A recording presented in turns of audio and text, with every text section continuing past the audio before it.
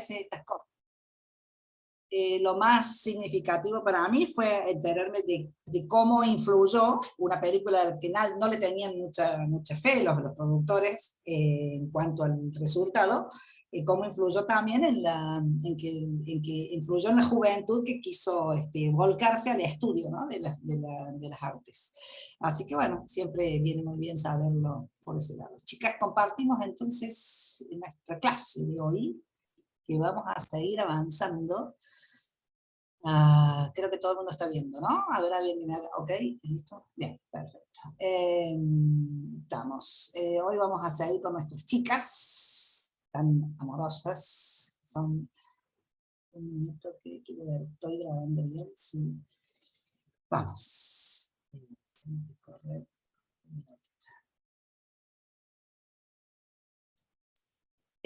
Bueno, nuestro siglo XX, empiezo por este tema. Repasamos un poquito. Lo que vimos en la clase pasada fue Georgia O'Keeffe, nacida en 1887, o sea, del siglo XIX, y murió en 1986. La verdad que tuvo la suerte de transitar una interesantísima parte del siglo, ¿no? Ella se le dice madre del modernismo estadounidense, aquí la vemos en una fotografía, y su manera de graficar, de pintar, de su temática, digamos, pasó por varias cuestiones, pero sobre todo interesada por la naturaleza. Aquí vemos un amanecer con una hermosa acuarela, una abstracción, y después pasó a edificaciones y a paisajes. Se casó con Alfred Stieglitz, un periodo de su vida, gran fotógrafo y creador de toda una escuela de fotografía y de todo un sistema de fotografía. Él fue uno de los principales mentores para lograr que la fotografía sea considerada un arte y no simplemente un elemento publicitario documentalista en su principio. Esta obra es de Stieglitz, Rayo de Sol. Su obra, una de las obras más emblemáticas, famosas, digamos, es esta, El Entrepuente, de la cual hablamos el otro día, y el grupo que fundó fue Photo Secession, que abogaba por esto, ¿no? por poner a la fotografía en otro nivel, y fundó la revista Photoworks, que fue durante décadas la revista más importante y hasta el día de hoy está considerada como una de las mejores en tema de fotografía. Vieja y Nueva New York, también otra vista de esto, y una serie equivalentes, que era una postura filosófica que él tenía y teórica, tenía un marco teórico de asunción de esto, de este tipo de fotografías, y pongo esta que se ve bastante mal, pero que es propiedad del Museo Nacional de Bellas Artes, y es una donación de Sara Facio, que ustedes saben bien, que fue también la fotógrafa que permitió que el museo incorpore una sección de fotografía y donó y logró donaciones de fotos importantísimas para el museo. Esta es otra de las equivalentes de Stieglitz. Esta es la Galería 291 que él fundó para hacer muestras, donde Georgia O'Keeffe hizo su primera muestra. Él fue su mentor y estimulador, y les dejé puestas una serie de fotografías que toma él de la misma Georgia, que realmente me parecen muy buenas y además muy fuertes en el sentido de cómo marca la personalidad del artista, basada siempre con el tema de las manos de Georgia.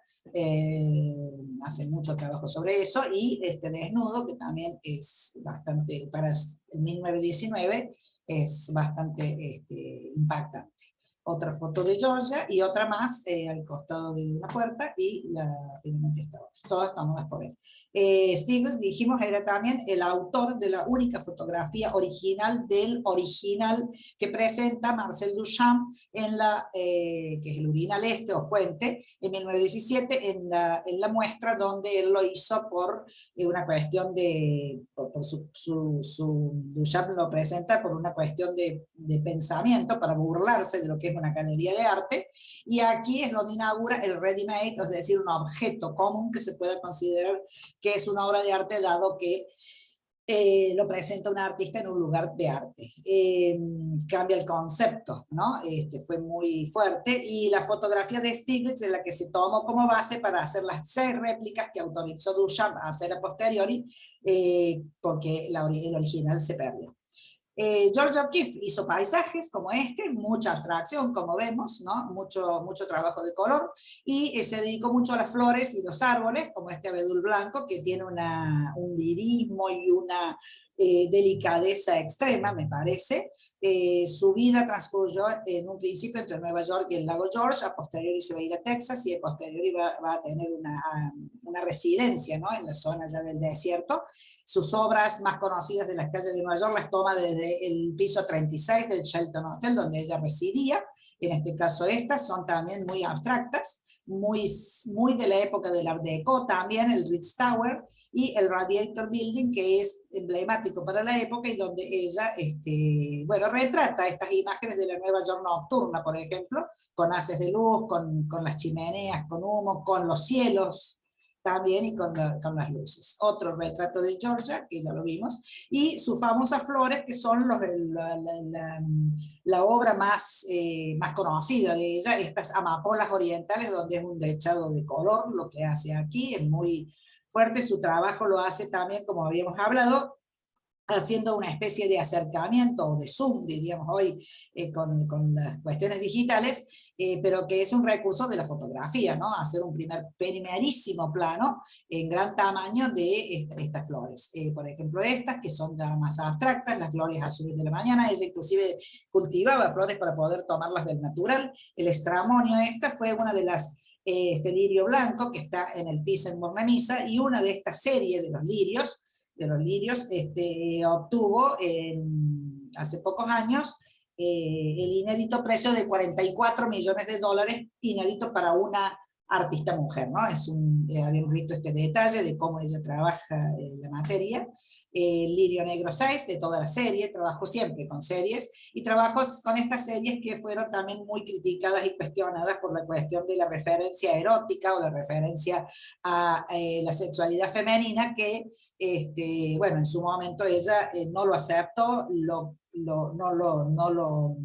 lo tomó bien, y no le importó tampoco, porque siguió pintando. El árbol Lawrence, que era este árbol dentro del terreno de su propiedad, donde se fue a recibir una vista nocturna desde abajo, realmente como algo que ella realmente le veía vida y lo quería mucho al árbol. Las colinas grises, el entorno de donde ella vivía, en los lugares blancos, como le llamaba a la zona, y después también tomó como naturalezas muertas los huesos, ¿no? Las estructuras óseas que encontraba en la zona del desierto, y empezó a hacer este tipo de cuadros sumamente personales, muy surrealistas, y con una gran técnica, ¿no? De trabajo en estos paisajes con elementos de naturaleza muerta. Este es otro, la pelvis con distancia, que realmente es un trabajo que está dentro de lo que podríamos pensar ya la línea de surrealismo, ¿no?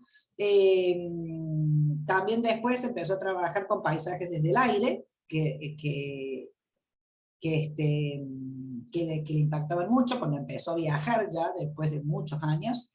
Y este otro paisaje es la síntesis de lo que ella le significaban estas llanuras, ¿no? El color, el horizonte, los rayos de sol, y su casa, la puerta negra con rojo. Esta era su casa en el medio del desierto, en una síntesis total, que es puro color. Rojo y rosa, también los paisajes aéreos que veía. A los 97 años todavía lee, trabaja con la ayuda de un asistente, porque ella ya casi no puede ver, y en el año 86 va a morir a la edad de 98 años. Tiene su propio museo aquí en Santa Fe, Nuevo México, y también se editó, además, entre otras cosas, un sello de 32 centavos en el honor, usando las flores estas que habíamos visto, las amapolas orientales. Fue miembro de las Academias de Artes, Ciencias y de Letras, y tuvo una serie de premios importantes. Así que hemos repasado la pintora Georgia O'Keeffe, para que les quede en el recuerdo, digamos, que fue la madre del modernismo norteamericano, lo cual es muy interesante, porque digamos, fue exitosa en su momento, tuvo una vida azarosa, pero fue muy criticada y muy poco apoyada, ¿no? En su trabajo en su momento. Lo que vamos a seguir continuando viendo es ya todo lo que tiene que ver con esta franja, ¿no? O sea, mujeres que a lo mejor todavía han nacido en el siglo XIX, pero que van a trabajar sobre todo esta franja de lo que son las vanguardias artísticas, que ustedes ya las conocen, ya las saben: fauvismo, expresionismo, cubismo, futurismo, vanguardias abstractas, dadaísmo y surrealismo. Hoy nos vamos a detener un poquito acá, en dos dadaístas. Aquí tienen una especie de síntesis: el cubismo, el futurismo, el supremativismo y constructivismo ruso, y el Dextil, que es un movimiento de las vanguardias abstractas, generado sobre todo en Holanda, en los Países Bajos. Son artes experimentales, son formas de expresar esta vida moderna, ¿no? Los hechos que tuvimos allí, además de la Primera Guerra Mundial, fue la Revolución Rusa del 17, y el empoderamiento de las mujeres americanas en el 20. Está el expresionismo de la posguerra, inmediatamente de la posguerra, la Escuela de París, como escuelas independientes de todos estos espacios, ¿no? Distintos artistas como Picasso, Braque, Leyer, lo vamos a ir desarmando a medida que vayamos viendo las pinturas. El cubismo, que ya aparece también en esta época, como una de las vanguardias, ¿no es cierto? Perdón. El futurismo, que habla sobre todo de la ciudad, de la velocidad de la máquina, de la luz, quiere expresar el movimiento, con estos artistas ya como Bala, Boccioni, Carrà, Russolo y Severini. Y las vanguardias abstractas, que son varias, ¿no? Dentro de eso encontramos el neoplasticismo, el constructivismo ruso, que se va a desarrollar obviamente en Rusia, a partir de la Revolución Rusa y de todo lo que trajo para la educación popular; el suprematismo, que es específico de un par de artistas, ¿no? Como Malevich, por ejemplo, que se llega al máximo de la abstracción. Y dentro de estas líneas, en general, tenemos también por la época la existencia y la presencia de Bauhaus, la escuela Bauhaus, que la vamos a ver a sus mujeres próximamente, condensadas todas, no cronológicamente, sino como participantes de la Bauhaus. En las vanguardias abstractas dijimos que está el neoplasticismo, donde trabaja mucho con los colores primarios, el blanco y el negro, la ortogonalidad. Ya, o sea, renuncia un poco a esta cuestión del naturalismo, por supuesto que no, busca la esencia de lo plástico, un poco la pintura y el arte por sí, y el constructivismo y suprematismo, como ya lo vimos. Y dentro de esa línea también, a partir de la desilusión que produce, o del estado de desánimo que produce la Primera Guerra Mundial, a partir de 1916, aproximadamente 17, va a aparecer el dadaísmo y posteriormente el surrealismo como vanguardias, ¿no? El dadaísmo es un arte provocativo, ridículo, experimental, irónico, y el surrealismo explora el subconsciente. Los hechos históricos es esa desilusión a posteriori de la Primera Guerra. Va a aparecer a posteriori en el 29 la Gran Depresión, va a llegar hasta el 38, acá está mal, es 29, no 39.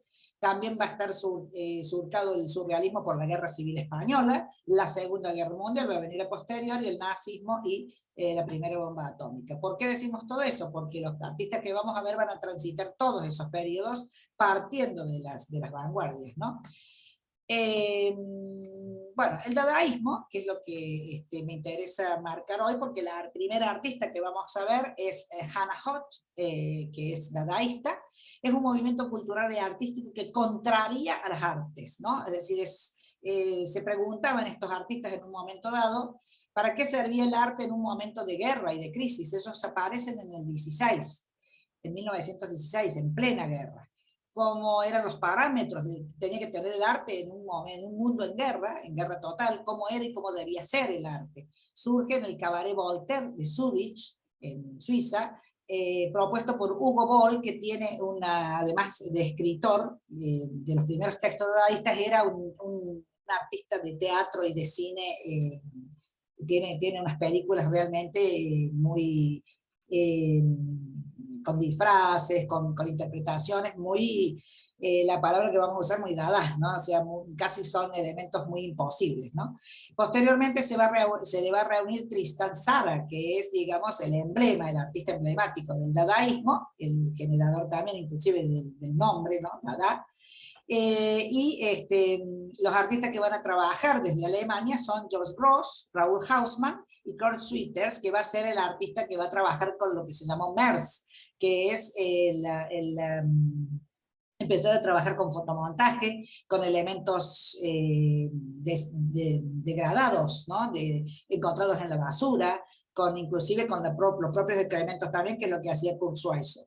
La alemana Hannah Höch va a ser una mujer dentro del dadaísmo. Ella se va a integrar en un espacio liderado por estos hombres artistas. Le va a ir bastante mal, fue bastante difícil en ese sentido, y se va a hacer conocer por sus collages y su crítica a los estereotipos, y por su ganas de reivindicar a las mujeres en esta plena época de reivindicación, justamente como es ese inicio del siglo XX.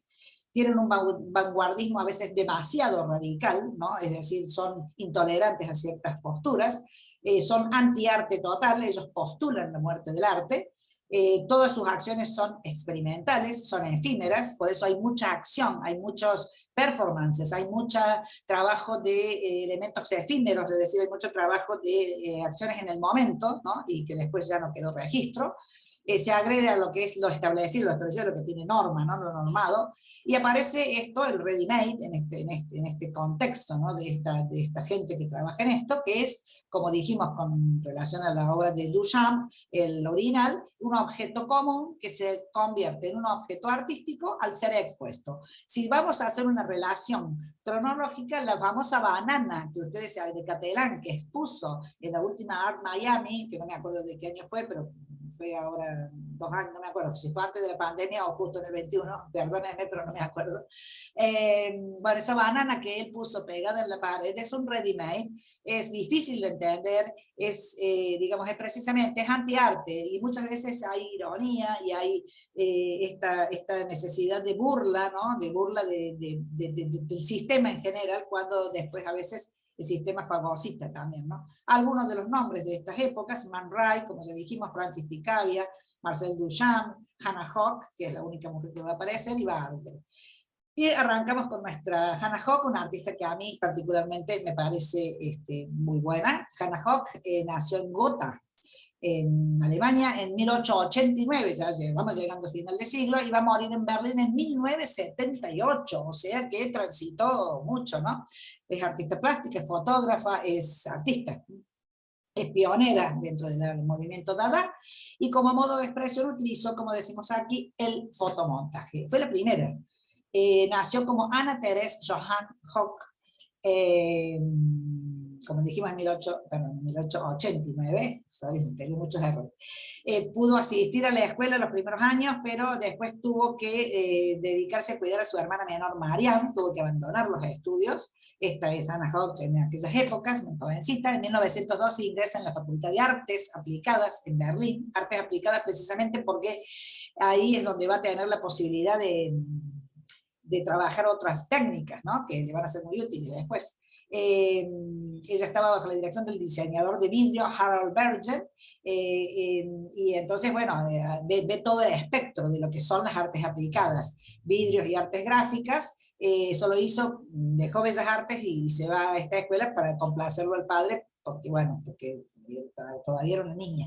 Al comienzo de la Primera Guerra, en 1914, abandona sus estudios, va a trabajar con la Cruz Roja. En 1915 se vuelve a Berlín y ingresa a la clase de gráficos de Emil Orlik en el Instituto Nacional del Museo de Artes y Oficios, que era lo que en este momento, ya desde la década anterior, iniciado por aquello que vimos de Macintosh y de toda esta gente de la Escuela de Arts and Crafts en Inglaterra, era como también una especie de onda, porque se necesitaba que empiece a aparecer el postulado de que arte es todo, ¿no? Entonces empieza a cundir todo esto, ¿no? Entonces hay que empezar a manejar distintas técnicas y posibilidades. Aquí la vemos, Hannah Höch, en 2 de sus fotografías. En el 15 empieza una relación íntima con Raúl Haussmann, que también es un gran miembro del movimiento dadaísta en Berlín. Tenía una relación muy tortuosa, Haussmann estaba casado, no se quería abandonar a su esposa, había violencia, había desprecio en esa relación. Bueno, esto fue pautando muchas situaciones para Hannah Höch, y ella escribe a partir de ahí un cuento cáustico que le llamó ella, que se llama El Pintor, en 1920. Este es Raúl Haussmann con otras 2 artistas, en una foto de 1929, más adelante, pero bueno, es un típico miembro del dadaísmo. En el cuento El Pintor ella lo describe, es parte es como si fuera el protagonista, y del relato se trata de todo lo que se da con una esposa que lo manda a lavar los platos al marido, literalmente, ¿no es cierto?, que vaya a lavar los platos, y que relata que lo hace 4 veces al año, y que encima lo hace mal, ¿no? O sea, es un relato cáustico, como decimos, es muy irónico. Ella empieza a trabajar con los dadaístas en 1917 de manera seria, era la única mujer, ella bueno, fue bisexual, y también tenía cierto grado de acercamiento hacia este rechazo masculino que tenía. En la primera década de este siglo ella va a trabajar con patrones de costura, diseños de costura, porque ella estuvo trabajando en una editorial, la Ulstein Verlag, que además de hacer elementos para, ella diseñaba vestidos, bordados, encajes, también era editorialista para las revistas La Dama y La Práctica Berlinesa, que le dio mucho entrenamiento en esto de trabajar con la imagen, el fotomontaje, trabajar con el collage, que es lo que va a aplicar finalmente. Y además sabía de costura, ¿no es cierto? Por eso la vamos a ver con algunas tijeritas por ahí. Lo conoce a Kurt Schweitzer, este artista que también es dadaísta, que dijimos, y él es el que le sugiere que cambie su nombre de Johann por Hannah. Y finalmente después ella va a firmar siempre como HH, Hannah Hoch. Johann Bader la llamaba la Dadásopha, porque era la compañera del Dadásofo, que era el nombre que le daban a Hausmann, a Raúl Hausmann, que era el compañero que ella tenía, y sus preocupaciones estaban centradas en la mujer nueva que había aparecido. Ella fue vocera de una denuncia de una sociedad que era muy machista, muy misógina, la alemana, y bueno, en esa temática va a centrar su trabajo. Participó de la primera exposición Dada en Berlín en 1919, y allí presentó las muñecas Dada en la Feria Internacional de 1920. Hago toda esta introducción así para que ya tengan una semblanza y vamos hablando sobre las imágenes que vamos a ir viendo. Esta es una fotografía ahí la vemos a ella sentada, la primera Feria Internacional Dada, lo cual para ellos fue en Berlín en 1920, y en el 19 fue el anterior. Porque era, digamos, un grupo de artistas un poco combatido y un poco, justamente son anti-arte, ¿no? Y todas sus intervenciones son provocativas. Aquí la vemos con una de las muñecas, que hay otras artistas mujeres que también van a trabajar con esto. La siguiente que tenemos hoy, Sophie Tauber, también ejecutaba muñecas que eran articuladas y que las trabajaban en madera, y que, digamos, tenían el pensamiento que ellas tomaban para eso. Se va a integrar posterior en el November Group, un grupo ya vinculado al grupo de Still, que es el que decimos de la otra vanguardia de la abstracción pictórica. En el 1937 el gobierno nazi la va a prohibir, ¿no es cierto? Y ya vamos a ver en dónde se fue a vivir, y a partir de los 40 el trabajo se centra en los fotomontajes. Tiene gran fervor por el fotomontaje porque precisamente le surge del trabajo que ella hacía en la editorial, ¿no es cierto? Fue pionera en ese tema, con sus imágenes ella traslada la fantasía, sus sueños, distintas texturas utiliza, crea personajes insólitos que no tienen lógica, utiliza símbolos para crecimiento, de extinción, de amor, de odio, de rechazo, siempre buscando la línea de la belleza, y también abunda la mujer moderna, ¿no? La imagen de la mujer que va extrayendo de distintas revistas y que no quiere hacer propaganda con eso, sino precisamente ella quiere demostrar que a veces hay una cuestión de no relación con la teoría de que se está hablando de la independencia de la mujer, sobre todo está hablando de la mujer alemana, ¿no? Y sin embargo ella dice que en la práctica no es verdad, que no es así, que la mujer sigue siendo la que está esperando siempre y al servicio del hombre. Aquí vemos uno de sus collages con la tijerita en mano. Ella va a trabajar siempre con esta deformación de la imagen y demás. Su alegato, ella plantea alegato feminista, se ríe de la mujer moderna, esa que la publicidad les va vendiendo, porque ella dice que les vende un cuerpo liberado que en realidad no es del todo, no es real, que no es verdad, y por eso utiliza sobre todo el trabajo de las piernas, utiliza elementos diversos en las distintas imágenes que ella va trabajando. Aquí, en este caso, ella le pone a este collage, este título, Da Dandy, y juega con la palabra dada y con la palabra dandy, donde va incorporando, siempre toma imágenes de mujeres de revistas. Esta es toda la década entre el 17 y el 30, que ella va a trabajar mucho con estos fotomontajes y collages, donde va eligiendo las imágenes para darnos sensaciones, ¿no? Y siempre va a trabajar también con la incorporación de las palabras, ¿no? Dentro de lo que es la imagen. Y también del óleo, trabaja allí. Uno de sus comentarios dice: continuaron durante mucho tiempo considerándonos a las mujeres como amateurs, amateurs del arte, ¿no? Encartadoras y talentosas, negándonos cualquier estatus profesional real. Hace 30 años no era fácil para una mujer imponerse como artista moderna en Alemania. Lo va a seguir diciendo después en los años 60 también, ¿no? Esta es una de las obras más conocidas de ella, que se llama Corte con el cuchillo de cocina Dada, a través de la última época de la cultura de barriga cervecera de la Alemania de Weimar. Ese título tan largo y un poco complicado habla de esta Alemania que ha perdido la guerra, ¿no? Y esta crítica que ella hace, a pesar de que ella siempre se quedó a vivir en Berlín, aún en el nazismo. Y bueno, y hace esa crítica a una sociedad que, además de machista y misógina, es una sociedad digamos que racista, divisora de clases, que es su propio origen también, ¿no? Pero bueno, ella lo ve y lo denuncia. Aquí, bueno, usa este collage, está en la Neue National Gallery de Berlín, es de 1,14 m por 90 m, y fíjense la cantidad de imágenes, y tiene multitud de imágenes, ¿no? que tienen que ver con esta sociedad con la que trabaja. Ella equipara la tijera, o sea, porque se llama corte con el cuchillo de cocina, ella equipara la tijera, que lo conoce bien porque era... con eso corta el collage, ¿no es cierto? Y además ella ha trabajado con telas y con bordados y con encajes. Entonces ella equipara el cuchillo de cocina, que es el elemento prácticamente principal que se puede decir al entorno de la cocina de la mujer, ¿no es cierto?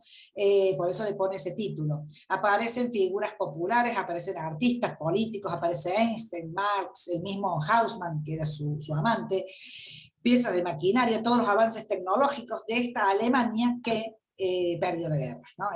Digamos, ese es el tema, ¿no? Que es una desilusión, es una negación, es estar mal, ¿no? Aquí vemos la palabra dada, que la va incorporando las distintas, ahí lo tenemos a Marx, distintos, Haussmann, de lo que a ella le rodea, de lo que ella va viviendo, ¿no? Todo esto, como buen movimiento dadaísta, toda la conexión de cualquier obra dadaísta es fragmentada, ¿no es cierto? No tiene una lógica, porque justamente son reaccionarios a todo eso, pero lo que ella quiere ir pautando es esto: la reacción contra la tradición, contra la sociedad burguesa, con lo institucionalizado. Su collage marca todo eso, y la palabra gráfica anti que tiene allá arriba es la que nosotros podemos ver que ella la pone ahí, digamos, dominando esta escena general. Esta es una de las obras más conocidas de ella, es por eso el cuchillo de cocina. Ahí tienen el antidada. Ahí lo tenemos a las distintas figuras de políticos y de personajes de su tema. O sea, es una obra que es contemporánea, es pensada, es trabajada, y a su vez es trabajada con estos elementos efímeros, que es muy coincidente con el pensamiento que tiene la filosofía del artista Dada, ¿no es cierto? O sea que nada, si son anti-arte, ¿no es cierto?, no van a estar trabajando una obra naturalista con óleo para que quede colgado en un museo. Eso era lo que eso iba en contra de todo eso. Ella es una mujer que no tiene nada usual, no tiene una forma usual de concebir el arte, ni tampoco, por ejemplo, su corte de pelo, que lo conservó toda la vida, que era el estilo Bobcat, que era el que usaba una actriz, la principal, la mitológica actriz Louise Brooks del cine mudo, que es esta mujer, con ese corte.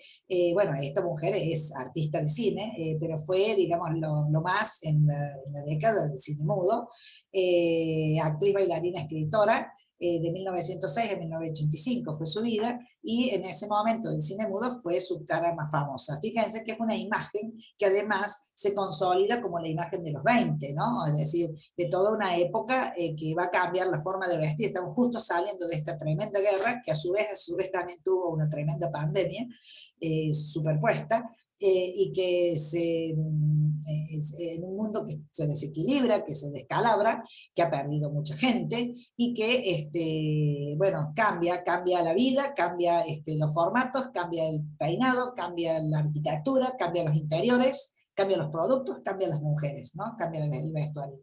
Aquí vemos otro collage, tengo varios de toda esta época donde, bueno, el sistema es el mismo, las imágenes son a ver algunas muy agradables. Esta es la chica bonita, donde ella la incorpora rodeada de los sellitos del BMW, que indudablemente está hablando de todo este desarrollo, ¿no? Ya estamos en el 20, de todo este desarrollo de la marca, de ciertos elementos tecnológicos que desarrollan los alemanes, y le pone este gran cabello, esta bombilla eléctrica, y la chica sentada con la sombrillita en este vehículo inventado por Hannah Hawk. O sea, ella le inventa el vehículo a esta chica bonita, ¿no? Ella, a esta nueva mujer que se quiere desarrollar, que se quiere plantear en esta República de Weimar, la recompone a través de su mirada. Entonces utiliza a las mujeres destacadas del cine, del teatro, del cabaret, de la política, del arte, y pone distintos las partes del cuerpo que son fetichistas, los ojos, la boca y las piernas. Eso es lo que va a utilizar, con elementos de tipo masculino. Este, por ejemplo, se llama El Padre, ¿no? Donde ella incorpora a un hombre en esta situación de trabajo femenino que estaba determinado para las mujeres, como es precisamente, lo pone con el elemento más básico y emblemático, que es el bebé, ¿no? La atención del bebé. Y no utiliza un elemento, digamos, que no le importa la proporción ni nada, sino que lo que está buscando es la composición de toda esta composición, ¿no? Es decir, ella va recortando, va pegando, va armando. Esta es una gran obra donde las mujeres de alrededor, fíjense el planteo que hace para las mujeres que están, digamos, trabajando alrededor de este padre, ¿no? Con tacos altos y con esta dicotomía. Acá le pone el boxeador que está planteando esta situación de quietud que a veces obliga a la maternidad, ¿no? Ella no cuestionaba para nada la maternidad, siempre quiso ser madre con Hausmann. Hausmann no quiso, así que ella no pudo serlo. Se llama Hausmann ABCD porque precisamente se refiere a todo lo charlatán, digamos, que podría haber sido este amante que tenía. Ahí le va incorporando el ABCD en la boca y exhala, digamos, esas palabras, y lo rodean todas las palabras y los elementos que había que detenerse en cada uno, pero los elementos que rodean a este personaje, ¿no? El billete, o sea, es decir, todo es irónico, ¿no? Es decir, lo que ella le está cuestionando a este personaje, pero con un formato, fíjense que estamos hablando de 1920, o sea, 1917, 1919, estamos hablando de que esto hoy a nuestra imagen nos puede resultar muy usado, que de hecho después los artistas lo utilizaron mucho, es la pionera, ¿no? Entonces, esto es algo con esta ironía y con este uso, también lo ha utilizado ya el cubismo, ¿no? Hay una obra que se llama Jefes de Estado, donde están las siluetas del presidente alemán, Friedrich Ebert, y el ministro de Defensa, Gustav Noske, en traje de baño, rodeado de flores y mariposas, y otra que se llama Alta Finanzas, donde ella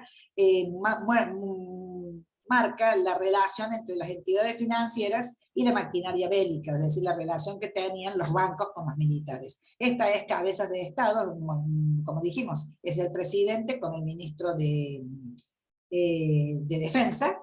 Esta le puse, a ver, déjame ver un cachito si le puse la fecha, no, bueno, pero es a posteriori de este tema de la salida de la guerra. Y el entorno que ella le dibuja es todo, ahí vemos la sombrilla, están, digamos, fíjense cómo hace las olitas acá, ¿no? Con un corte del papel, y la sombrillita es una escena de playa, los pone en traje de baño, y es una manera se llama Cabezas de Estado, ¿no? Es decir, evidentemente, como que estuviera diciendo, o sea, Esto proviene también un poco de este expresionismo alemán que trabajaba mucho con la crítica social, con la crítica a los políticos, con la crítica política sobre todo. Entonces es como que se une a eso desde otro punto de vista, que es el dadaísmo. Ella hace ese uso político, satírico de sus fotomontajes para esta situación de esta decadencia política que tenía este lugar y el rol de la mujer, donde ella es su entorno, lo que está viviendo en ese momento. Y si vamos a pensar por ahí, hay situaciones que es como que estamos repitiendo 100 años después, ¿no? Porque podría ser muy vigente esta burla hacia ciertas cabezas de Estado que a veces hacen cosas como lo que le costó el puesto a este británico hace poquitos días, ¿no? Entonces es como que palpa la realidad de lo que le está sucediendo alrededor y lo muestra con su técnica, ¿no? Estamos hablando de que estamos viendo distintos formatos artísticos en esta tan enorme cantidad de sucesos que ha aparecido en este siglo XX. Aquí vemos otro retrato de ella con cierto, siempre recortando, la boca y los ojos son para ellos los elementos más significativos de esta cuestión sensorial. Desde arriba son también dos funcionarios, aquí vemos un cañón, la punta de un cañón, una ciudad con un horizonte bastante devastado, ¿no? Y están sonriendo, digamos, no son reales, ¿no? O sea, ella lo va componiendo, mira que la imagen que quiere lograr, ¿no? Cómo se están riendo de este trabajo. Esto ya es de 1927. Esta es otra obra también bastante conocida, donde también lo evoca a Raúl Hausmann, que era su amante, y lo pone como un hombre gris, ¿no? Feo. Bueno, no lo tengo identificado. Los periodistas, así veían los periodistas Anna Hock, esto es de 1925, está en la galería también en Berlín, donde ella va con los recortes, va identificando a cada uno, toma cada uno de los que en ese momento han estado incorporados y los pone un ojo negro, con cara como de cuervo, ¿no? Son los personajes que hacían a la difusión de los medios y donde ella les busca una característica para ironía y para burla, ¿no? Esta es una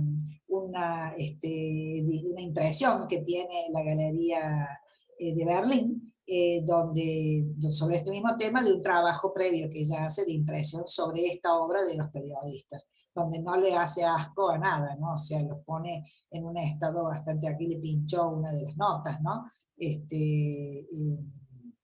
Los ironiza por el tipo bueno, de noticias que daban en su momento, el trabajo que hacían. Otra obra donde utiliza la palabra dada y donde va a marcar cómo hay una mujer, digamos, que está con una copa brindando y este hombre que está separando, el dada que separa, ¿no? Y que busca que las mujeres, porque por esa razón están aquí las amigas, que las mujeres encuentren su camino apoyándose.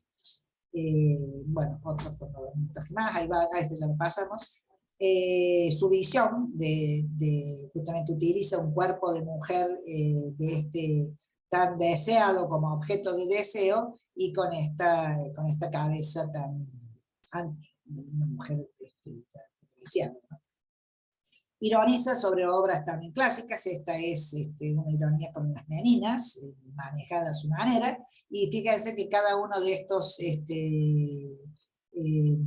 cabezas son parte de esta, por ejemplo, si la vemos, es la Venus de Botticelli, sobrepuesta con una figura como ella utilizaba mucho las artistas de la época, o las máscaras africanas, donde va marcando la cabecita de la estrella, ¿no? Terminó su relación con Hausmann en 1922, no pudo tener hijos con él, tuvo que tener 2 abortos. En 1926 conoce a una escritora y lingüista, Matilda Bruckmann, llamada Till Bruckmann, y va a enamorarse de ella, va a tener una relación con ella que va a durar hasta 1935. Todo este tema, ¿no?, del tipo de relación que ella tenía primero con Hausmann y después con Bruckmann, va a marcar su trabajo que va a tener en esa década. Ella tiene cierta opinión sobre la viabilidad del matrimonio y sobre el impacto que tiene en las mujeres. Mujer y Saturno es esta donde ella lo que marca es una mujer dedicada, digamos, a este bebé que ella no pudo tener, y este hombre amenazante, oscuro ahí atrás, que está siendo precisamente una amenaza para madre y para hijo. Esa es la percepción que ella tiene siempre. Hizo una serie de acuarelas sobre lienzo, llamadas El Parto, todas se llaman El Parto, esta es una, donde es muy específica, es muy expresionista esto, ¿no es cierto? Evidentemente, donde hay como una especie de alegato sobre lo que la mujer, todavía hay mucha muerte en ese momento, y sobre cómo la mujer tiene esta acción, ¿no? de dar vida, mal vista de parte de la franja masculina, ¿no? Eso es lo que ella critica. Vagabundas es esta obra de collage también, donde vemos cómo marca, ¿no? Dos personas, esto lo hace precisamente cuando ella ya decide irse a vivir con Till Bruckmann. Aparecen las dos mujeres que celebran un viaje y su amor, ¿no es cierto? Emprenden un viaje sin ataduras, y bueno, las vemos muy con la cabeza grande, bailando en el camino, y contentas y van corriendo. Este es el retrato de Till Bruckmann en 1927. Fíjense cómo ella trabaja acá con el típico trabajo del papel recortado y impreso, y genera la imagen, ¿no? Con papeles de colores, aquí lo vemos, todo su rostro, y aquí el detalle de eso. Vivió y trabajó en los Países Bajos hasta 1929, y allí se va a hacer amiga y va a frecuentar, no amiga, va a frecuentar a Kurt Schweitzer, a Neri von Desburg, a Theo von Desburg, Sonia Delaunay, que ya la estuvimos viendo, Laszlo Moholy-Nagy y Piet Mondrian, que van a ser, aquí la vemos con Nelly van Desburg, que era la esposa de Theo van Desburg, con Piet Mondrian y con Hannah Hodge, bueno, y ella, por supuesto, en 1924, que son los que van a desarrollar de Stiegl, o en las vanguardias, el neoplasticismo holandés. Ella va a adherir a esto, y por eso después vamos a ver un cambio dentro de lo que es su trabajo. Otro collage, yo les voy a pasar así los collages que tengo seguidos, porque son todos, la técnica es siempre la misma. Esta problemática femenina le hizo desarrollar estas muñecas, ¿no? Muy dadaístas también, para distintos presentaciones, y ellas dicen que lo podía haber hecho porque ella era ninguneada y discriminada en este colectivo dadaísta tan machista, y ella la definían, le habían puesto el mote de la buena niña también, en alemán, que la definían como la que hacía los recados, la que tenía que servir el café, la que tenía que traer, llevar y traer cosas, entonces no la terminaban de incorporar. En 1935 va a tener una relación con el pianista Kurt Mattis, con quien se va a casar hasta 1944, y allí va a generar esta obra, La bailarina india, que va a tomar a una actriz, René Falconetti, de ese momento muy apreciada porque había hecho La Pasión de Juana de Arco, y trabaja con esto de la crítica a la etnografía, porque ella también considera que este pueblo alemán, que había tenido este gran interés en todo lo que es lo exótico, lo primitivo, como era el nombre que le ponían, ustedes acuérdense que los grandes escritores de la historia del arte y de todas estas investigaciones en general habían sido alemanes y habían desarrollado los museos. Entonces hace esta serie de un museo etnográfico, se llama la serie, y en este caso arma esta bailarina india con una mezcla de la cara de esta artista con la máscara, estas máscaras que aparecen en los museos. La plantea con una corona que tiene cucharas y cuchillos de cocina, ¿no? Con papel incorporado, con láminas metálicas pegadas, y es una manera irónica de la opinión que tiene de estos museos en los que ella está planteando, digamos, que la sociedad alemana considera esto primitivo, mal llamado en aquel momento primitivo, estas culturas que van conociendo, sobre todo las africanas, y que las ponen en exhibición, al igual que como pueden poner en exhibición a una mujer. ella va a tomar esta mujer de esta película porque está interpretando a la mártir, ¿no es cierto?, francesa del siglo XV, que era Juana de Arco, y la pone con estas galas de una diosa doméstica, dice, ya alinea con ese otro cultural que representa examinar este encontronazo, ¿no?, de una cultura africana. Esta dicotomía de la nueva mujer alemana, que es lo que a ella le molestaba mucho, que era una teoría y no era una realidad. Siempre abogó por eso, por tener la posibilidad de tener un trabajo fuera del hogar, de gastar el salario en lo que sea, actividades de ocio si se quiere, de ser física y sexualmente activa, libre de poder hacer cualquier método anticonceptivo y tener la posibilidad de abortar. En esa época estábamos hablando de una hereje, como también se asocia que le pasó a Juana de Arco, que terminó en la hoguera. Entonces ahí va apuntando toda la crítica.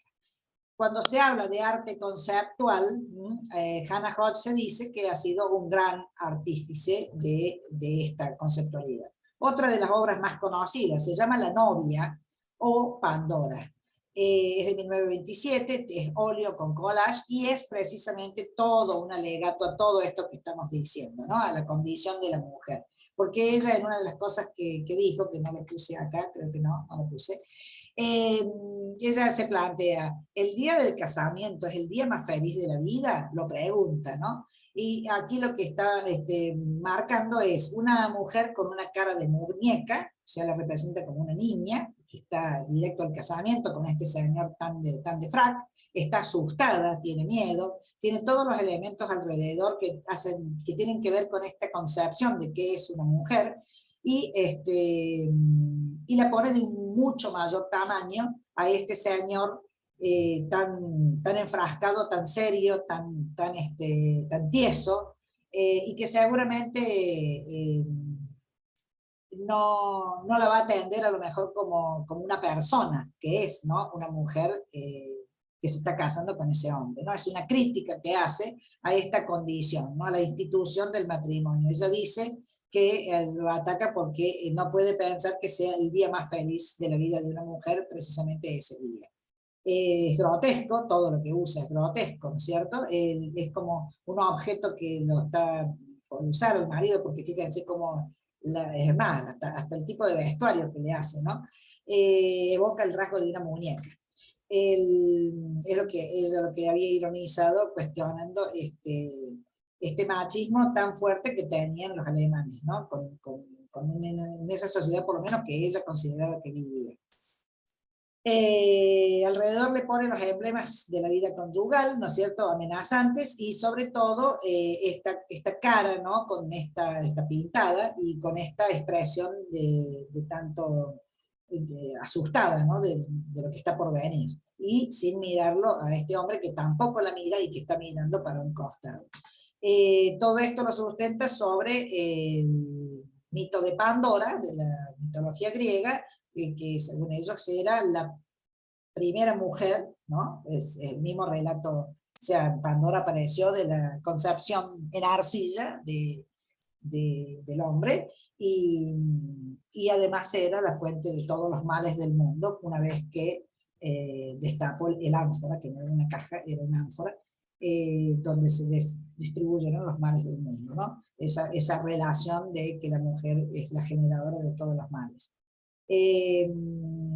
Lo que flota todo alrededor es lo que ella dice que le está esperando a esta pobre protagonista de esta obra. Esta violencia machista que iba a ser ejercida sobre esta niña muñeca que se está casando en ese momento. Esa es la concepción de lo que ella ve con lo que lo que le espera, es como decir lo que le espera.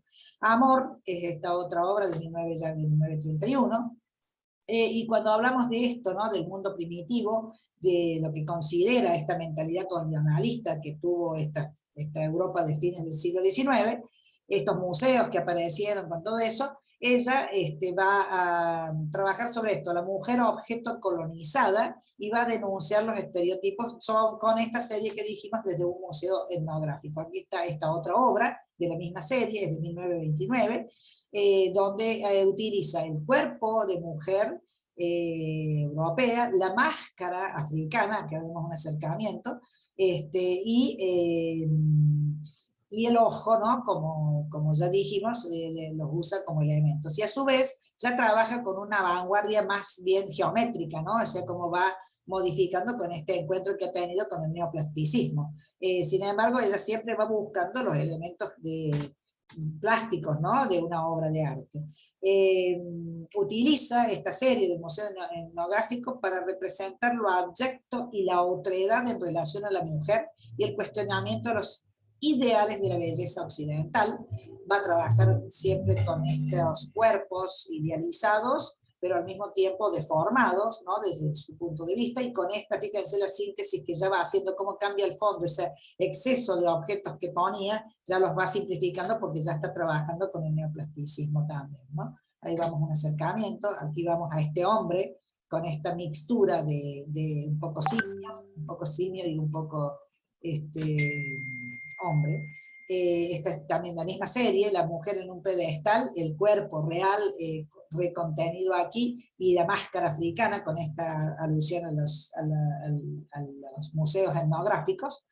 Como dijimos, son collages grotescos, mezcla esto, los elementos de culturas primitivas con recortes de publicaciones europeas, denuncia el racismo, ¿no? Ella decía que los artistas europeos iban a los museos etnográficos, donde había todas obras, esculturas de desnudos, para poder ver, decía ella, tetas y culos, porque los artistas hombres hacían eso para poder ir a ver sin culpa este tipo de cosas, ¿no? Entonces, ella decía que eso es la forma poco escrupulosa y simplista con que introdujeron la escultura negra o africana en Europa.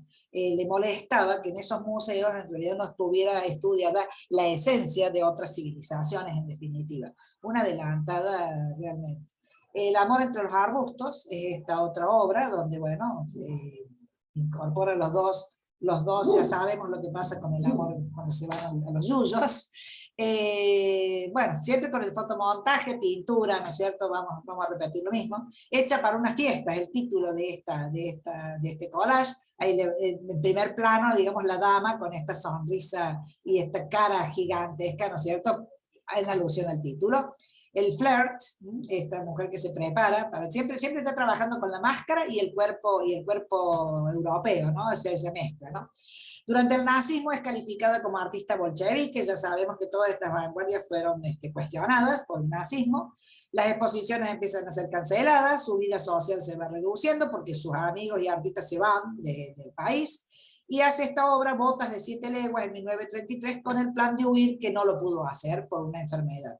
Esta mujer con este caracol marino aquí en el pubis, y precisamente estas piernas que quieren correr, que quieren huir, una vista aérea, ¿no? Con estas casitas, con este entorno tan acogedor, pero las botas de 7 leguas quieren partir, quieren irse, y no pudo. Entonces pasó, después, a partir de ahí, gran parte de su vida haciendo obra en una cabaña, en la campiña suburbana, en Berlín-Heiligense, alejada de los nazis. Ella estaba escondida, estaba integrando el tema del arte degenerado, y que ustedes saben, se produjeron quemas, destrucción, ¿no es cierto? El cierre de la Bauhaus también.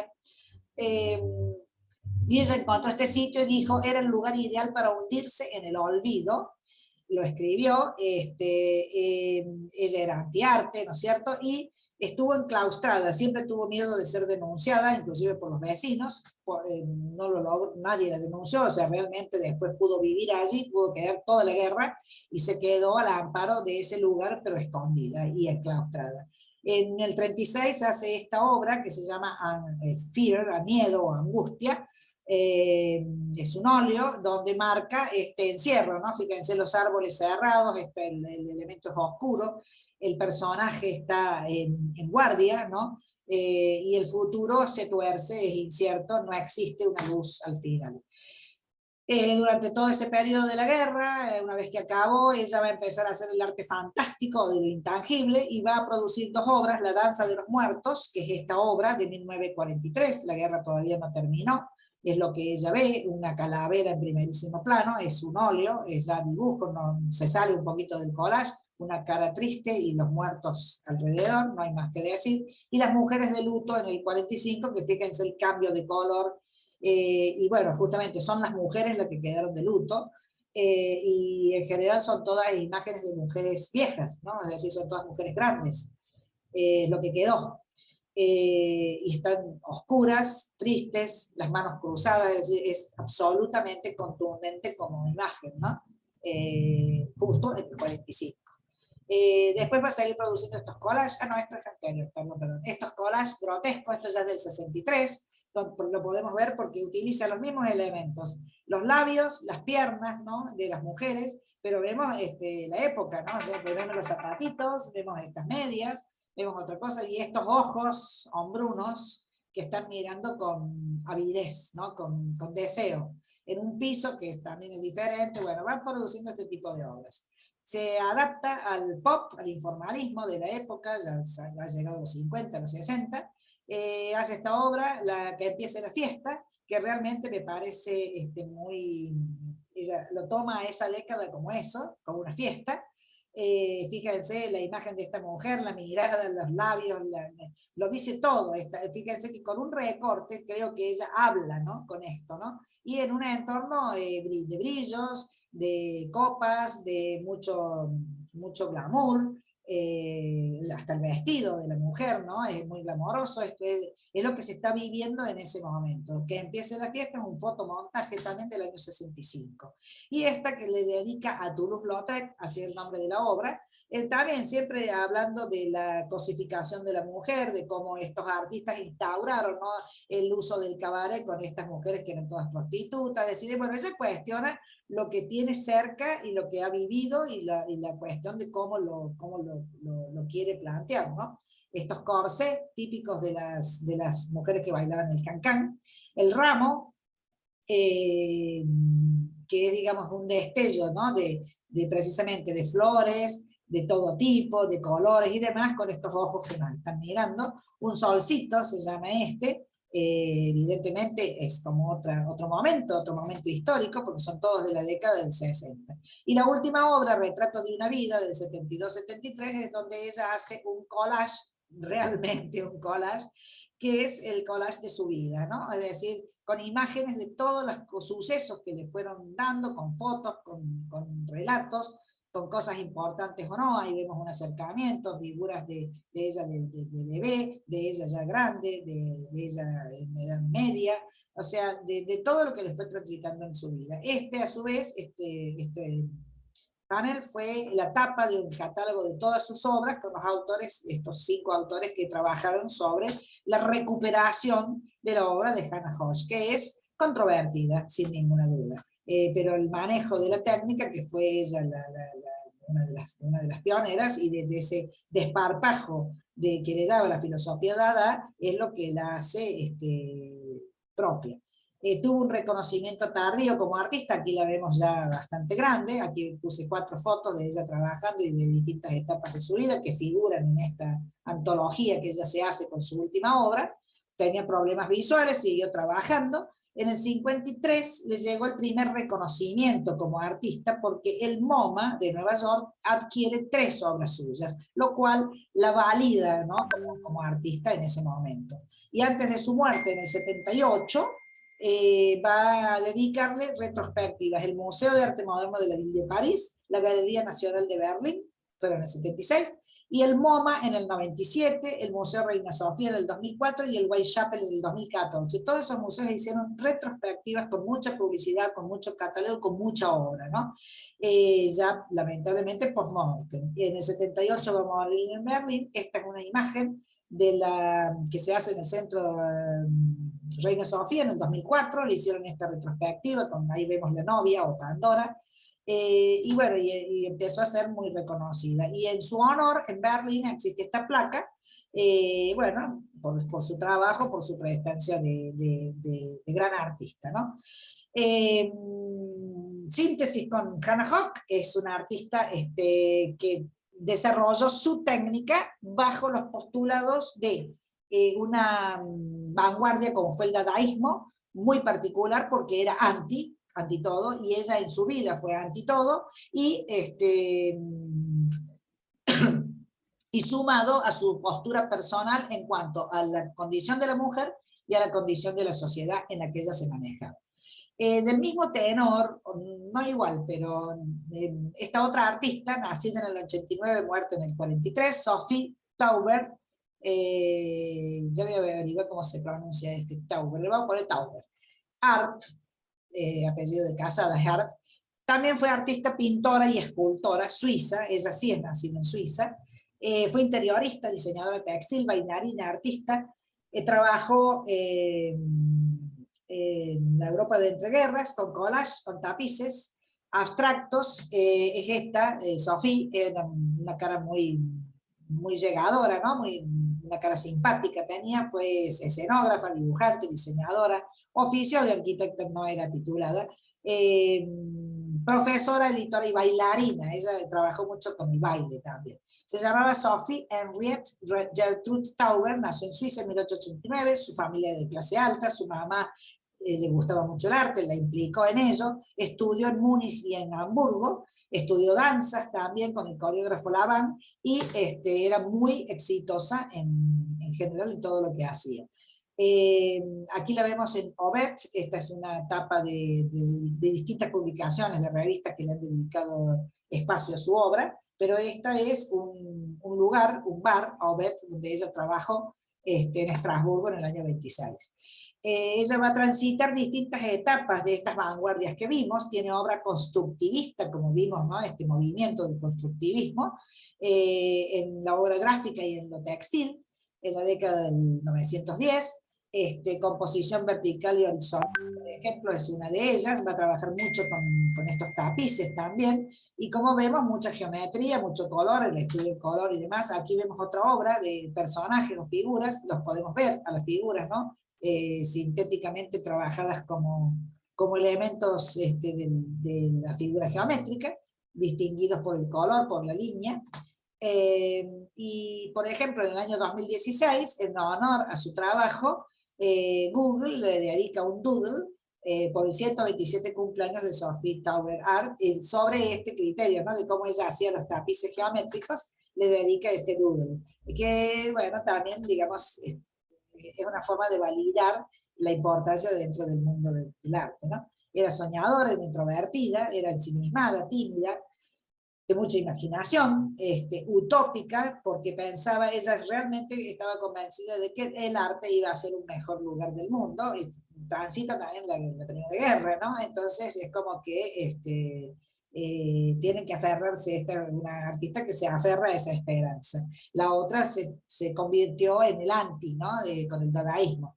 Ella va a ser profesora en la Escuela de Artes Aplicadas de Zúrich, y también va a seguir haciendo danza y va a hacer exposiciones con bastante éxito. Experimenta con el dadaísmo, como ya ahora ya saben bien por qué razón, ¿no? En esa época que está justo en el medio donde está la Primera Guerra, aparece el dadaísmo, va a elaborar una cabeza dadaísta que está en el Centro Pompidou, y va también a hacer, allí va a empezar a hacer los experimentos para interiores. Aquí la vemos a ella fotografiada, una de las fotografías que tiene con una de sus cabezas dada, que así se llaman. Aquí vemos la otra, son esculturas, ¿no? Ella le denominó cabezas dada con elementos encontrados, como podemos ver, y en este caso, aquí está la de 19, la que está puesta en Pompidou, y esta es la cabeza de Jean, dice cabeza dada, retrato de Jean Arp, que era el marido de ella. El retrato de él lo vemos como un hombre gruñón, podemos imaginarnos cómo es, ¿no? Por lo visto bastante gruñón, con esa gran nariz, ¿no? Ese es el formato de lo que ella iba elaborando con este trabajo en madera que realmente estaba muy bien logrado. Ella tenía mucho manejo de las distintas técnicas, era dadaísta convencida, pero aún así tenía, como decimos, trabajaba en muchas disciplinas y tenía muchos lenguajes artísticos. Era escultora, era pintora, hacía tapices, hacía baile, hacía obras, usaba distintas técnicas, bordaba, tenía óleos, esculturas y también hacía mobiliario interiores. Esto ya lo vimos.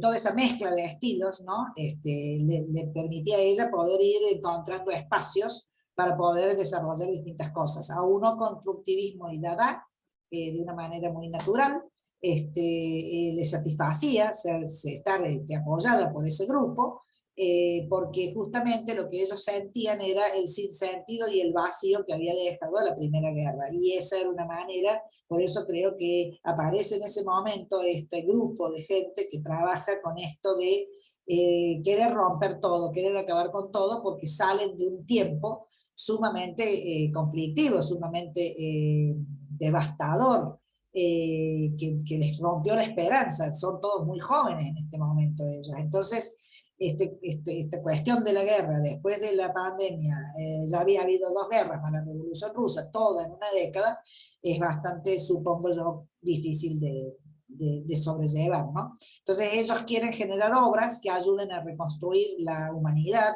dar esperanza, inocencia, verdad, color, juego, es lo que buscaba Sophie siempre, y por eso decimos que ella era como utópica, se la considera como utópica también, ¿no? O sea, pero estaba convencida de que el arte podía ayudar a ello. Diseñaba esto, aquí la vemos disfrazada con estos disfraces para obras que hacían, y ya sabemos que el dadaísmo hacía todo efímero, ¿no? Entonces, en el momento les aparecía a veces hasta sin libreto, sin guión, y ellos construían todo, la música, filmaban, sacaban fotos, armaban los escenarios, construían los vestuarios, ¿no? Se va a, bueno, ya se había casado con Jeanne Arp, en 1922 se casan, ellas primero son amantes, después se casan, se mudan a Francia en el 27 y van a estar con, por ejemplo, Sonia Delaunay, con Alberto Magnelli, toda esa década fue de mucha relación, y van a hacer una colonia de artistas constructivistas. Aquí la vemos a Sophie y a Jeanne Arp, que era un famoso escultor, ¿no es cierto?, y que van a ser complementarios, y ahí están con todos sus muñecos dadaístas, al igual que Hannah Höch van a desarrollar. Lo que pasa es que ellos lo hacían como marionetas, ella generaba marionetas articuladas para hacer obras de teatro. Iban a las reuniones del Cabaret Voltaire, donde se gestó todo el grupo dadaísta, y bueno, ella seguía siempre estando entre el dadaísmo y el constructivismo. Lo supo conectar a los dos muy bien. Hacía estas marionetas para el teatro Kingstag, hacían obras del siglo XVIII de Carlo Gozzi, y bueno, generaba todo esto, ¿no? Entonces acá la vemos a ella bailando con una máscara, también con todo este vestuario en distintas obras, y van generando estos dadaístas. Marionetas para el Rey Ciervo, esta era la obra, una de las obras de Gozzi, que ellos hacían todos los elementos en marionetas articuladas que todavía hoy tienen en el movimiento. Hay un video en internet que muestra cómo se trabajan estas marionetas que eran diseñadas para ello, estos personajes, ¿no? Con este argumento, que es lo que ella hizo primariamente. Aquí vemos, la verdad, que están muy bien, muy imaginativas, muy desarrolladas, muy extrañas, inclusive, ¿no? Por el tema que toca. Cuando llega la Primera Guerra, cuando termina la Primera Guerra, ella recorre Europa junto con Jeanne Arp, van a Estrasburgo, va a estar allí el edificio Aubert, y ella va a decorar todo el salón de Té Clock, el bar del vestíbulo. Allí va a poder trabajar en conjunto con este grupo de gente, que es Theo van Desburg, que es uno de los integrantes de la escuela del Vestige, del neoplasticismo, y estamos en una posguerra que ha destruido muchas cosas y hay que reconstruir lugares, que este es el caso del Café Aubert en Estrasburgo, que es este lugar que forma parte de la plaza, es Theo van Desburg, Jeanne Arp y Sophie Tauber, los autores. Theo van Desburg era arquitecto y a él se le va a encargar toda la reconstrucción y la planificación y la zonificación de este sitio, pero él es el que la va a convocar. Este es el sitio que está al frente de la plaza Kleber, en Estrasburgo, y que tuvo distintos oficios. Había sido edificio militar, centro recreativo, y se lo destinó a ser sala de cine, centro de arte, sala de espectáculos multiuso, y entonces ahí donde van a trabajar los tres en las distintas áreas que les toca a cada uno. Estos son los planos que hizo Sophie para la intervención en este lugar que es el Café Aubert.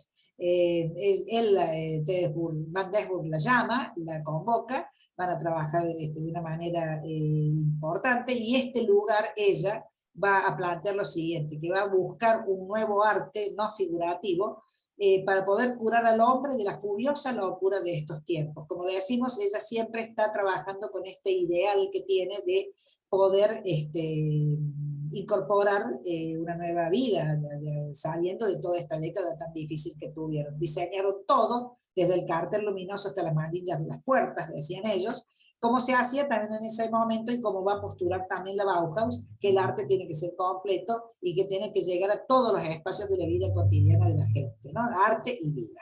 Esta es una de las salas reconstruidas del Café Lobet, lo hicieron, esta es la bola de cine, este es el área donde ella va a hacer aquí esta intervención geométrica, la decoración, y esto está recuperado. Chicas, estoy viendo que son las 6:20. Para no hacerlo tan largo, porque a Sofía la tenemos también con bastante obra, si quieren vamos a dejar de compartir y lo vamos a seguir la clase que viene, a Sofía, porque tiene una obra muy linda, distinta, totalmente distinta a lo que vimos de Hannah Hawk, porque no trabaja con fotomontaje, ni es irónica, simplemente, digamos, es la otra cara. Quise poner las dos dadaístas en este sentido, una que es la combativa, provocativa, irónica, y la otra que es la utópica, ¿no? La que quiere un mundo feliz, un mundo ideal, es decir, las dos miradas de una década en la que vivieron evidentemente duramente, ¿no? O sea, la pasaron mal, se ve. Y, Liliana, una preguntita, porque no me quedo, ¿qué quería decir la palabra dada? Dada es un nombre sin sentido, como este movimiento, que se le ocurre a Tristán Tzara. Hay explicaciones diversas sobre por qué le puso Dada, pero ninguna tiene la totalidad de las... No tiene un significado concreto. No, porque ellos jugaban con las sílabas, con las palabras y demás, y de repente les ocurrió que ese movimiento era Dada, era de una forma burlona, de decir esto no es expresionismo, esto es Dada, ¿viste? Así como, perfecto. Así, es así, porque además ese era el pensamiento que tenían. Son todos, ¿no? Entonces se llaman Dada y de ahí le quedó el dadaísmo. Vos sabés que los nombres a veces no son... Se afianzan a veces con el tiempo pasado. Sí, no significan algo real, digamos, claro. En este caso no está claro cómo fue. Lo que sí se sabe es que apareció cuando ya apareció Tristán Tzara, y bueno, a partir de ahí, de esas reuniones que tenían, generando cosas y haciendo acciones, apareció esta posibilidad de ponerle Dada y quedó como Dada en ese momento. Por eso vos ves las palabras Dada en las obras, ellos me incorporan. Sí. En ese momento son los Dada, digamos, pero sí. Ahora hay un vino Dada en honor a eso también. Ah, sí, es cierto, sí, hay un vino Dada, sí. Parece. Bueno, gracias. Chicas, espero no se haya hecho muy larga, muy fea. Quería no, muy linda. Dos líneas, ¿no? Las dos líneas de dos mujeres. Muy interesante. Pasan lo mismo, pero... Sí, muy interesante el Dadaí. Trabajan distintos los dos. Quedemos en contacto para poder definir el jueves que viene. Déjenme que lo concrete, que lo veamos, qué sé yo, y se los paso por WhatsApp, así que estén atentos al WhatsApp, así vemos si hacemos una... Gracias. Nos gustaste la clase de hoy, ¿no es cierto? Las artistas. ¿Cómo, Alicia? Las artistas de hoy me gustaron menos que las otras. A mí me encanta. Mucha creatividad, todo lo que quiera, pero y utópica todavía.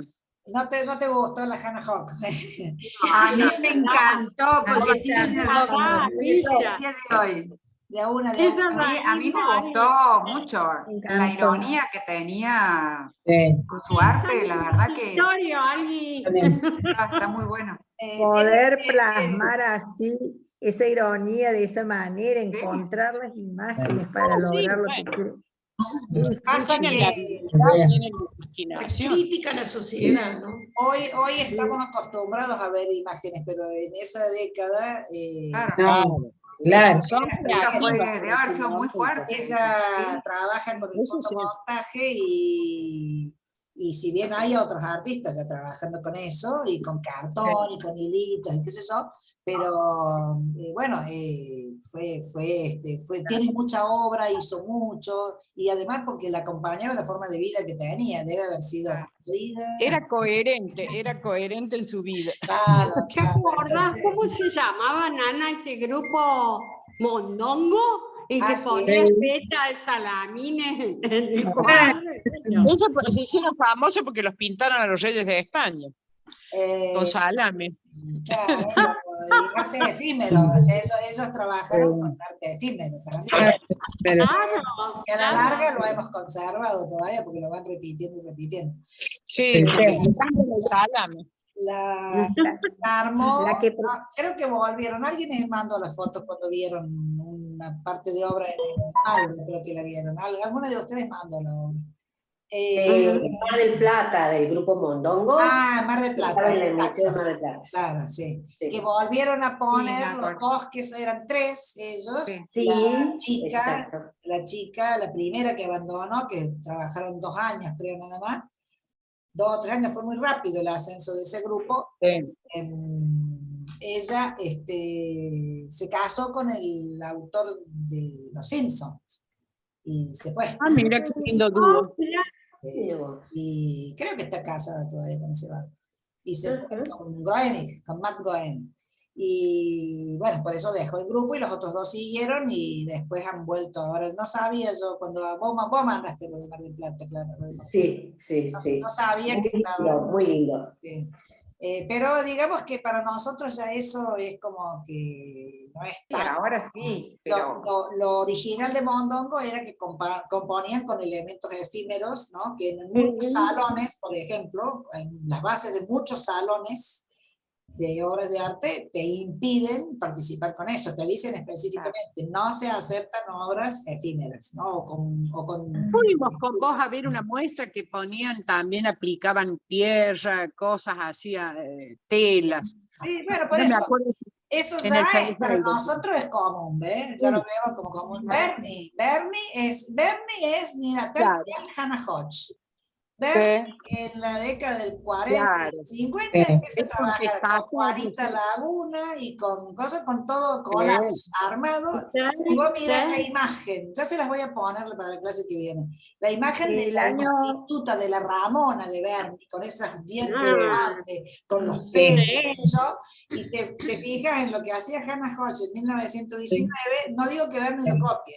Digo, porque a mí Bernie me encanta y toda su obra es fantástica, pero casi digamos que Bernie tiene la filosofía, vamos a ver, la filosofía de la Hodge, me parece que Bernie en algún momento, sensibilizado por la situación del país, por lo que veía de los personajes estos, el Juanito Laguna y la Ramona, la prostituta y el niño de la villa, y empieza a trabajar técnicamente del mismo modo con foto y fotomontaje, le pega puntillas, le pega latas, hace foto con montaje, collage con cartón, con hilitos, ¿no? Con encajes.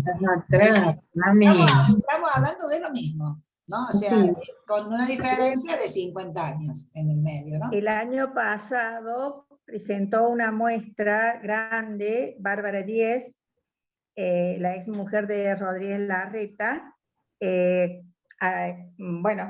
todo trabajado en collage al estilo de la Hodge, que contaba que no sé cuántos libros de arte había cortado y que sus amigas le decían, pero ¿cómo había hecho semejante daño? ¿Cómo podía ser? Como una muestra pero muy linda, muy interesante. Claro, o sea, el collage, el fotomontaje es algo que... El collage me encanta. Quedó incorporado, claro, quedó incorporado a cualquier práctica. Por ahí tiene como menos valoración, ¿no? Pero... El collage con los niños, es algo, vos le pones todo sobre la mesa y comienzan a tomar y es un placer lo que logran. Sí, claro. Impresionante. Sí. Y aprovechó Hannah para poder decir algunas cosas, lo que ella pensaba. No es tan atractiva a lo mejor como las obras de las mujeres que hemos visto. Y ahí que la veo siempre a la Carmen con el Van Gogh atrás, tampoco tiene esos colores que te mueven y todo eso. Pero bueno, lo que vamos viendo trabajos ella, por ejemplo, los dadaístas la ningunearon mal, o sea, la hacían que sirviera el café en las reuniones, o sea, no le consideraban la obra, y realmente, como poníamos ahí, cuando el MoMA le compra tres obras, en la década del 50, recién ahí viene como a sentir la satisfacción de tener una valoración de parte de, una validación de parte de una institución, ¿no es cierto? Pero la verdad, pobre, a lo mejor no le importaba a ella, vaya a saber, pero bueno, finalmente fue reconocida y post-mortem también, como pasa siempre, con Van Gogh ya lo vimos, pobre. Pero bueno, es otra técnica y otro formato, y otro pensamiento, porque entramos a una vanguardia, que es el dadaísmo, que fue cuestionada siempre, y fue, aún como vanguardia, ha sido dejada de lado. Recién después de los 60 se la vuelve a tener en cuenta, porque eran tan tarambanas, ahí, hacían tanta cosa provocativa, que también era por esa razón, dentro de ese contexto, tiene mucha lógica que Marcel Duchamp haya ido con un mingitorio a ponerlo en un pedestal como obra de arte. Es la obra que él presenta en una reunión de artistas en Estados Unidos, en un salón, ¿no es cierto? Entonces, y él cae con un mingitorio. O sea, hoy... Es una burla. Es una burla. Es una burla. Claro. Y estaba dentro de ese pensamiento que ellos tenían. Por supuesto que no se lo aceptaron y que lo rechazaron, pero a la larga quedó siendo el punto de partida de un símbolo conceptual. Es un símbolo, claro, sí. Y hoy vos ves que ponen cualquier cosa en cualquier salón y ya no nos llama la atención ni nadie lo va a rechazar. A mí me encanta la etapa que critica el pensamiento de los europeos, de los hombres con el arte africano. Eso me encantó. Me encantó. Ella estaba enojada, ella viene de una sociedad alemana. Claro, no es lo mismo que... Ese es un pensamiento que está vigente al día de hoy. Totalmente. Pero en esa época lo dijo expresamente. Eso me totalmente. 100 años y está igual. Estamos igual. Los ninguneamos a los africanos. Cuando dice de los culos y la teta, tal cual. Sí. O sea que, pero claro, caía mal. Ella siempre cayó mal. Sí. Obvio. Pero le cantaba a las 40. A mí la obra de ella me gusta mucho y es para verla con lupa, porque mete tanta cosa que por ahí, algunas son para verla con lupa. Lo de la novia, eso te iba a decir, que sin palabras expresa un montón de cosas. Totalmente. Hay que detenerse a interpretar todo, fantástico la cantidad de cosas. Y en algunos casos también hay que saber, por ejemplo, los periodistas, y habría que ver cada uno, quién era cada uno, quién lo va interpretando así, si ya nos vamos los personajes de la época, claro. Vamos a terminar largo y tendido, pero por ejemplo lo que le hizo al presidente y al ministro de Defensa, en Maya, ¿viste? Atrás del qué sé yo. O sea, eran todas provocaciones que hacían y ella hay que atreverse. Sí. Hay que atreverse. Maravillosa, es mi ídola. Bueno, acá tenemos las dos posturas, entonces la Alicia no le gustó y a la Titi sí. A mí me encanta. Bueno, chicas. Gracias, Liliana. Seguimos en contacto, entonces. Me encanta. Gracias. Adiós, chicas.